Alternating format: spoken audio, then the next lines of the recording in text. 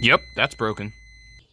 So now follow this wire down and pull off the wiring connector. We care about the first three: 1, 2, and 3.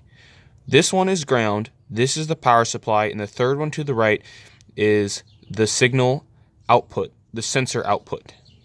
Now check the supply voltage. With your car turned to on, but without starting the engine, put your first probe on the second terminal over, your second probe to ground, and you should get 12 volts. That's good. Now check the ground. With your meter set to ohms, and one prong in the first terminal of the connector, touch the other one to a metal part of the car. And this should be less than 2 ohms. So to check the sensor output, you would have to somehow stick a wire or a needle or something into the third wire or the third terminal over while the connector is plugged into the distributor down there. And you'd have to unhook all your spark plug wires, and then you would need to crank the engine. Oh, and also rehook your air intake or else it'll throw a code. And then you need to crank the engine, and the voltage should vary between 3.3 and 4 volts.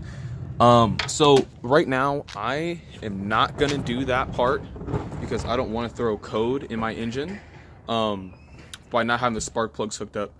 But you need to check that, and if that doesn't check out, then the sensor is bad and you need to go ahead and replace it. And to replace the sensor, you have to replace the whole distributor cap with the spark plug wires and everything. So it's a whole thing. You take off the distributor and the crankshaft sensor.